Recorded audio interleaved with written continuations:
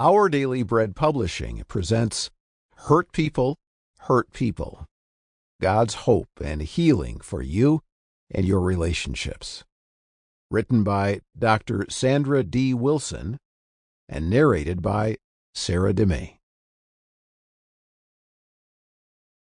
Introduction. It's true, isn't it? Hurt people hurt people. All of us have been hurt by people who all were hurt by other hurt people. In turn, we, as hurt people, all hurt other people to one degree or another. And on it goes. Admittedly, I am stretching the word hurt very broadly. By hurts, I mean actions, words, and attitudes that are intentional or unintentional, visible or invisible, hands-on or hands-off, perpetrated by others or self-inflicted, that range from barely survivable to hardly noticeable.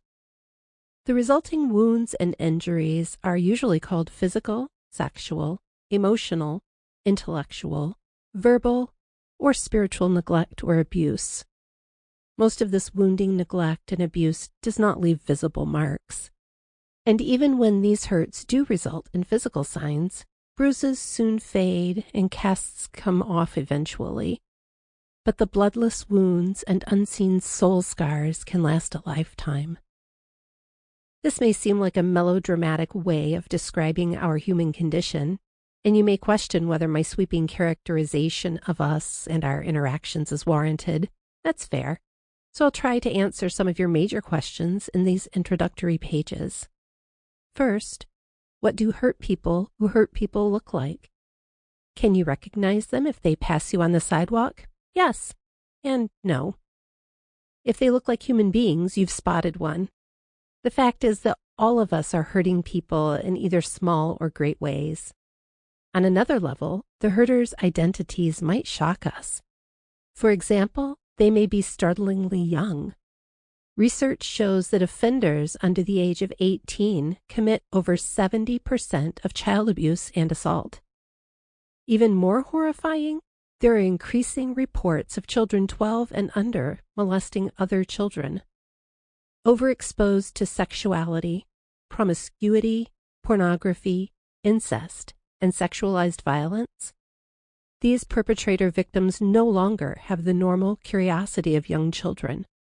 Said differently, sexually victimized young people are apt to sexually hurt other young people. And when we couch this child molesting children tragedy in the language of hurt people, we trace the answer to a second important question.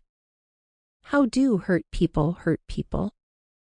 When people try to function in areas that affect their untended wounds and unhealed hearts, they inevitably hurt others.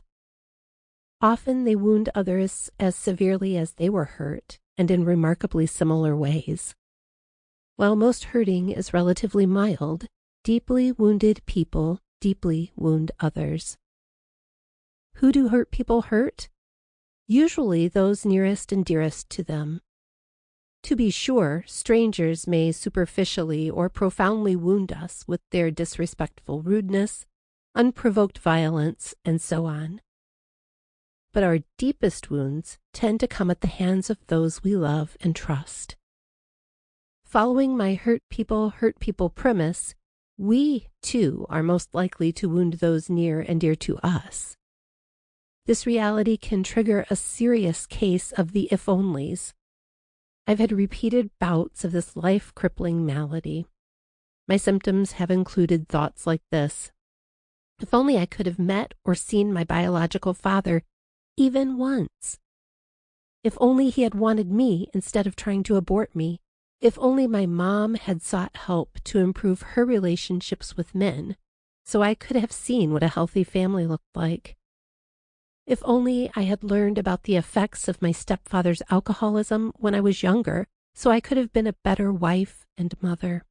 If only. But perhaps the most sweeping if only of all is this. If only hurt people did not hurt people. But they do. To one degree or another, people always have. They are doing so at this very moment, and they are us. Sample complete. Ready to continue?